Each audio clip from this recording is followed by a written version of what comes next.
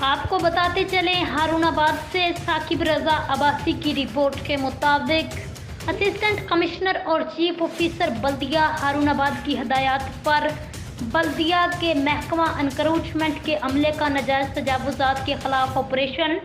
تفصیلات کے مطابق اسسٹنٹ کمشنر عامر محمود اور چیف آفیسر بلدیہ محمد عمران وٹو کی ہدایات پر میونسپل کمیٹی بلدیہ کے محکمہ انکروچمنٹ کے عملے کا شہر کی مختلف شاہراہوں پر ناجائز تجاوزات کے خلاف آپریشن جاری۔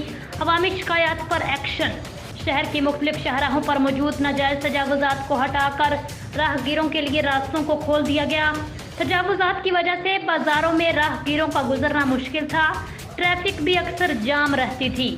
شہری حلقوں نے ناجائز تجاوزات کے خلاف آپریشن پر اسسٹنٹ کمشنر عامر محمود اور چیف آفیسر بلدیہ عمران وٹو کے اس اقدام کو خوب سراہا۔ ناجائز تجاوزات کے خلاف آپریشن بلدیہ ملازم محمد وقاص کی زیر نگرانی کیا گیا۔ اس کے ساتھ ہی نیوز بلیٹن سے اب تک کے لیے اتنا ہی۔ مزید خبروں کے لیے آپ دیکھتے رہیے PN نیوز۔